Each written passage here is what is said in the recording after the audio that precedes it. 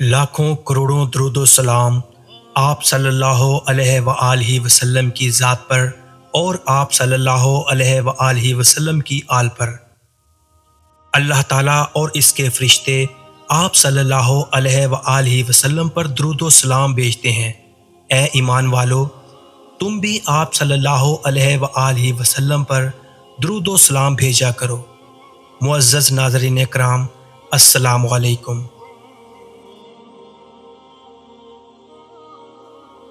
ناظرین، وہ ارض مقدسہ جسے انبیاء کرام کا مدفن ہونے کا شرف حاصل ہے، جس کے ارد گرد برکت ہی برکت کا نزول ہے، جہاں سے پیغمبر آخر الزماں حضرت محمد صلی اللہ علیہ وآلہ وسلم روح القدس کے ہمراہ سفر معراج پر گئے، جس دھرتی پر سید الثقلین صلی اللہ علیہ وآلہ وسلم نے نبیوں کی امامت کرا کے امام الانبیاء کا لقب پایا۔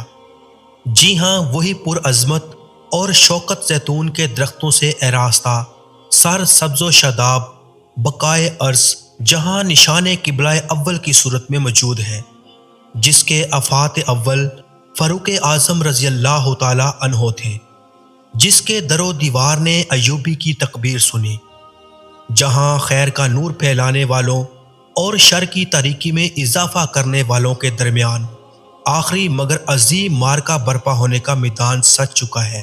یہاں آج تعاونی قوتوں کے زیر نگی قبضہ ہے، جہاں ظالم کے زیر سایہ اور انتظام گزشتہ 6 اشروں سے مسلمانان فلسطین کا جانی و مالی اور اقتصادی استحصال میں مصروف عمل ہے۔ عیش و عشرت میں پڑے مسلمان حکمران شکم سیری کی زنجیروں میں ایسے جکڑے ہیں کہ اپنے آقا صلی اللہ علیہ وآلہ وسلم کے اس ارشاد پاک کو ہی بھلا بیٹھے ہیں، جس میں آپ نے مسلمانوں کی اجتماعیت کی تشبیہ ایک جسم سے دی ہے۔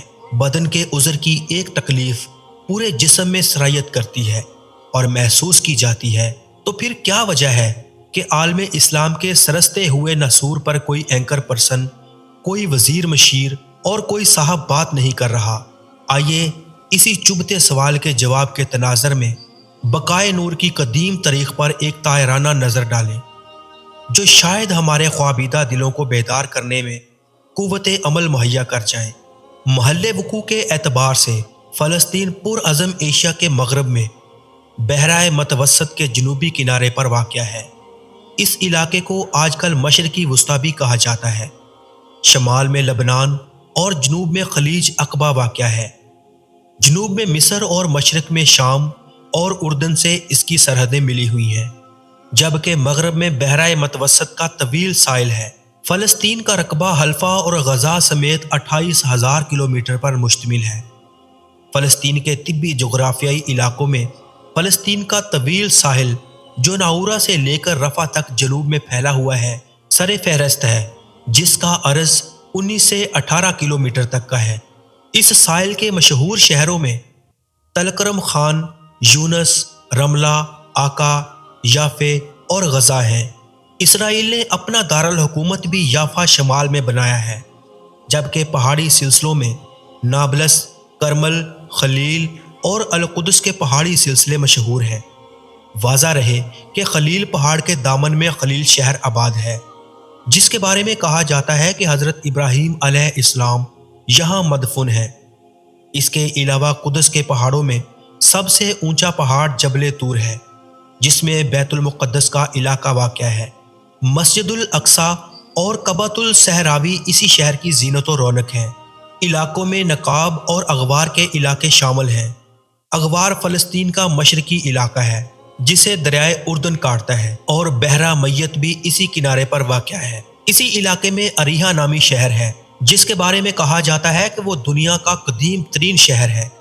قدیم زمانے میں یہ سرزمین ارض کنعان کے نام سے پہچانی جاتی تھی، کیونکہ کنعانیوں نے 2500 قبل از مسیح میں جزیرۃ العرب سے ہجرت کر کے اسی علاقے میں سکونت اختیار کی تھی۔ قدیم زمانے میں یہ سرزمین ارض کنعان کے نام سے پہچانی جاتی تھی۔ پریتی قبائل نے 1200 سال قبل از مسیح میں عرض کنعان پر حملہ کیا اور غزہ اور یافا کے درمیان ساحلی علاقے میں قیام کیا۔ کنانیوں اور کریتی قبائل کے ادغام سے اس پورے علاقے کے لیے فلسطین کا نام استعمال ہونے لگا۔ تقریباً 300 سال قبل از مسیح میں بنی اسرائیل حضرت موسیٰ علیہ السلام کے ساتھ مصر سے نکلے اور شام کے راستے سے ہوتے ہوئے سرزمین قدس کی جانب چل پڑے۔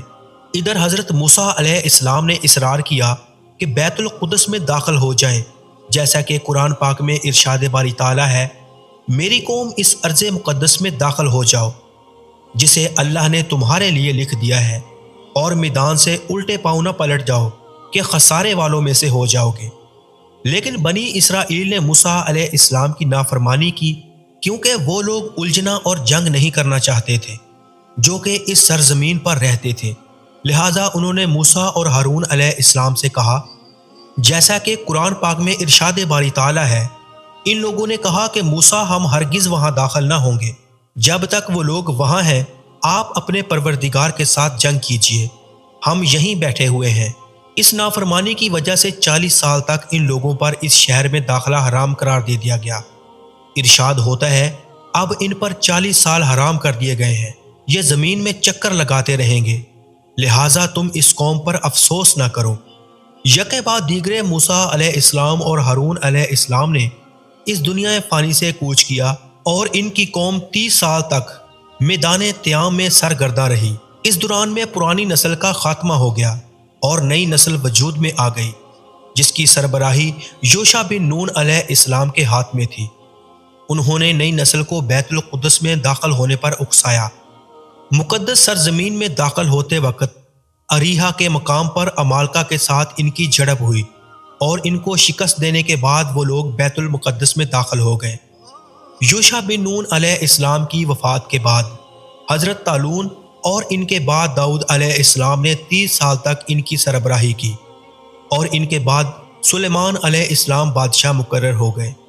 حضرت سلیمان علیہ السلام کے بعد فلسطین 2 حصوں میں تقسیم ہو گیا، جنوب میں یہودا جس کا دارالخلافہ یروشلم تھا، شمال میں اسرائیل جس کا مرکز شکیم تھا۔